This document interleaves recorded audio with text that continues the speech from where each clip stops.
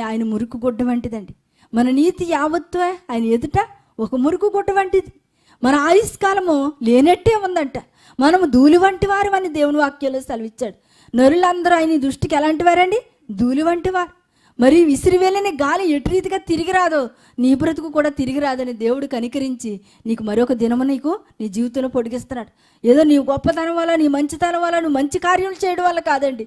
దేవుడు ఒక్కడే మంచివాడు కాబట్టి ఆ మంచి మనసుతో నిన్ను కనికరించి నిన్ను లేవనెత్తున్నాడండి. ఒక్కసారి మనం అర్థం చేసుకోవాలండి. దేవుని ప్రేమను బట్టి మనము బ్రతుకుతున్నాము.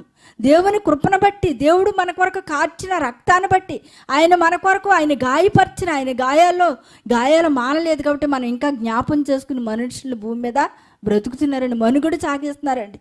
అంతే తప్ప మనం దేవుని అందుకని ఆయన చేసిన ఉపకారంలోకి, అందుకని దావీదు అంటాడు, ప్రభా నిన్ను చేసిన ఉపకారంలో నేనేమి చెల్లిద్దును, నా రక్షణ పాత్రను చేతబుచ్చుకుని మీ ఘనమైన నామాన్ని, నువ్వు చేసిన ప్రతి ఉపకారాలు, నువ్వు అనేక తరంలో ఏ ఉపకారాలు అన్నీ చేసేవా అన్నీ నేను అనేకులకి వివరిస్తాను ప్రభా, అనేకులు నేను బ్రతికిస్తాను ప్రభా, నీ కొరకు నువ్వు ఎంతమందిని బ్రతికించడానికి నీ ప్రాణం పెట్టావు, నేను కూడా అనేకులను బ్రతికిస్తానని భక్తులు అందరూ బయలుదేరారండి.